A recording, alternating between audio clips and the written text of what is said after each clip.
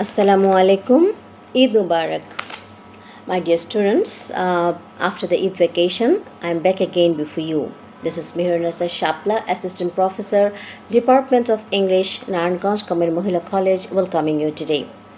I hope everybody is safe from COVID-19. My dear students, we have been taking online classes as we have been instructed by our Honorable Principal Sir, Professor Bedora bint Habib. She has been trying her level best to provide online classes, provide you with the online classes. I honestly request you to keep following the online class videos. So dear students, today my target people will be the students of honors second year, and today I will start the class with one of your courses from literature, that is romantic poetry. But I'm not going to start my class with any romantic poem. I'd like to give you some ideas about romantic period, or the background of history, background and the history of romantic period in brief. So, dear students, the romantic period is a term applied to the literature of approximately the first third of the 19th century. And the word romantic was originally applied to the Latin or Roman dialects used in the Roman provinces, especially in France. And romantic is a derivation of the word romant, R-O-M-A-N-T, romant, which was borrowed from the French word romaunt, R-O-M-A-U-N-T, romaunt, in the 16th century. According to L.P. Smith, romantic means false and fictitious beings and feeling without real existence in fact or in human nature.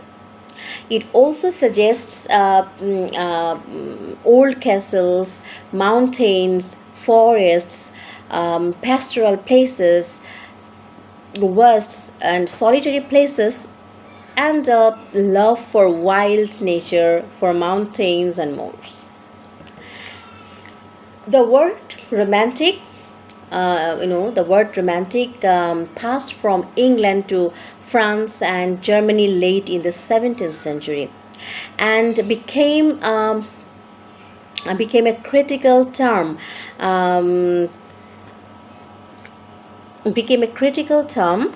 To certain poets who scorned and rejected the model of past. In Germany, this word was used in strong opposition to the term classical. And another interesting thing is that the romantic period includes the work of two generations of writers. The first generation includes William Wordsworth, S.T. Coleridge, William Blake, Sir Walter Scott, Southey, Lamb, Hazlitt, and John Keats, P.B. Shelley, along with Byron, belong to the second generation.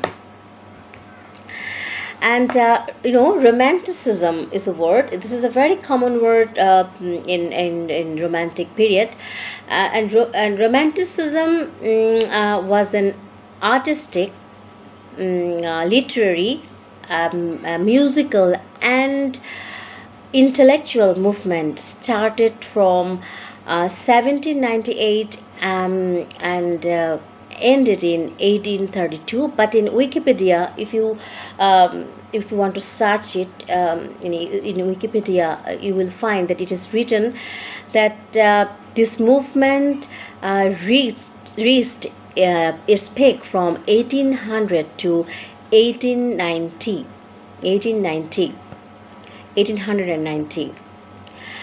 So, dear students, this class is for the students of honors second year.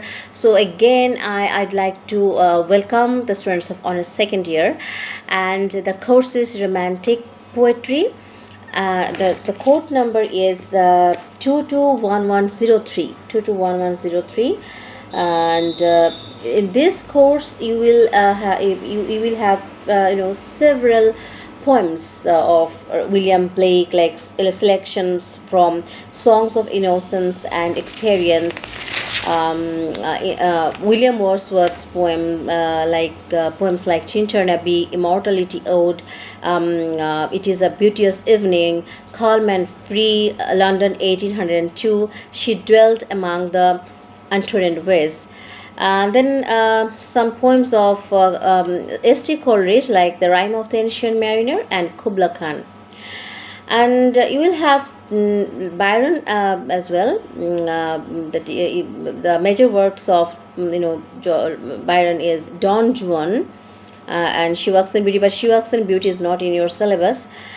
And then P.B. Shelley's poems To a Skylark and Adonais.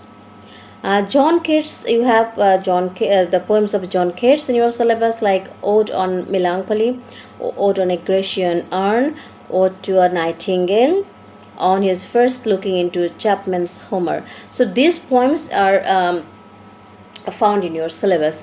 So the topic, I have told you that I am not going to start the class with any romantic poem today, because before starting the class you should know at least some history or background of romantic period. That is why I don't want to start any poem. Okay, so the topic is general discussion on a romantic period, or the features of romantic poetry, and the introduction of major romantic poets of this period. Okay, so first I'd like to mention some features or major characteristics of romantic poetry. The first one, that is, I'd like to say that excess of emotion and instincts. When you go through any romantic poem, you will find that the poet shows a deep emotion in his poems. Number two is power of the individual and his or her imagination. That means the romantic poets are imaginative. They have the power of imagination. They use deep imagination, or they portray their deep imagination in their writings. Number three is power, glorification, worship, and celebration of nature. Nature is a major part of romantic poetry. And the next thing is subjective experiences. So the romantic poets always show their personal experiences. That is called subjective experiences. They show their personal intuition, personal feelings, personal desires, hopes, and dreams. And they have spontaneity in thought and action. Spontaneity in thought and action, is another major characteristic of romantic poetry. Next is interest in supernatural element. Interest in supernatural element. Sometimes the romantic poets show interest in supernatural element. They use supernatural elements in their poems. Next one is nationalism. And then in the next another characteristic is interest in past happenings.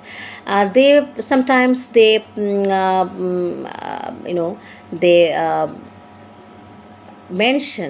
they mention some past happenings in their poems, or they write the poems with the theme of past happenings. Okay. And the next one is that should be the major one, that is love. Without love, no romantic poem is written. Okay, so without love, romantic poems cannot be written. That is why love is one of the major characteristics of romantic poetry. Next one is attraction to the exotic. Attraction to the exotic. The next one is idealization of the power of a common man. Idealization, the common man as a hero. Interest in childhood memories. Sometimes when you go through romantic poems, you will find that sometimes the themes of the poems is about childhood memories. Okay, for example, immortality odes. In immortality odes, William Wordsworth shows his interest in his childhood memories. The next one is mystery. Mystery is there in romantic poetry, and suspense. You will find suspense, mystery in the romantic poetry. There are a lot of characteristics of romantic poetry, but today I have mentioned some major features of characteristics of romantic poetry. And now I will mention some names of major romantic poets. The first name should be S.T. Coleridge, Samuel Taylor Coleridge. He was born in 1772 and died in 1834. And his major works are, The Rime of the Ancient Mariner, Kubla Khan, Christabel.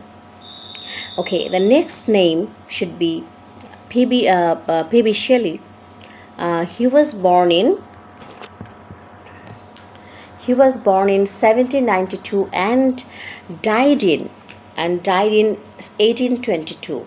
And his major works are To Skylark is in your syllabus, Ode to the West Wind, Prometheus Unbound.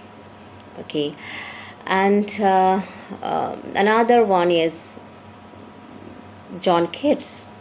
John Keats is one of the most famous romantic poets, and he was born in 1795 and died in 1821. His major works are, Ode to Autumn, Ode on a Grecian Urn. You have some poems, that is Ode on Melancholy, Ode to a Nightingale, On His First Looking into Chapman's Homer. These are his major works. Then Lord Byron. Lord Byron was born in 1788 and died in 1824. And his major works are Don Juan. Don Juan is in your syllabus. Canto 1 is in your syllabus. And another, my favorite one, that is She Walks in Beauty. She Walks in Beauty is not in your syllabus. Okay, so the next famous romantic poet is William Wordsworth. He was born in 1770 and died in 1850. His major works are Tintern Abbey, Immortality Ode, It Is a Beauteous Evening, Calm and Free, London 1802, She Dwelt Among the Untrodden Ways, Daffodils. Okay, so these are his major poems. William Blake. William Blake was born in 1757 and died in 1827. Songs of Innocence and Songs of Experience are his major works, and you have some selected poems from these two volumes. Okay, and I'd like to mention the name of another poet, Edgar Allan Poe. As far as I can remember, that he is an American poet. He was born in 1809 and 1849. Died in 1849. Was born in 1809 and died in 1849. And his major works are The Raven, Annabella, and A Dream Within a Dream. Okay, so the next poet is Victor Hugo. Victor Hugo, he was born in 1802 and died in 1885. And his major works are Tomorrow, At Dawn, The Pope, The Supreme Compassion. These are his major poems. Another romantic poet is Alexander Pushkin. He was a Russian poet. He was born in 1799 and died in 1837. His major works are The Bronze Horseman, I Loved You. Another one is Raslan and Radmila. And the last one is that I would like to mention. The last man is Robert Burns. He was born in 1759 and died in 1796. Okay, so his major works are To a Mouse, A Red Red Rose. So dear students, today I have in brief I have discussed history of Romantic period. I have discussed the background of Romantic period, along with the features of Romantic poetry, and I have mentioned the names of major Romantic poets. So I'll stop today. And in the next class, I will discuss one of the Romantic poems from your syllabus. So please read the history of Romantic period and learn the ins and outs of Romantic period. Okay, so thank you for being with me. Stay safe and sound, and I will come with another class. So till then, Allah Hafiz.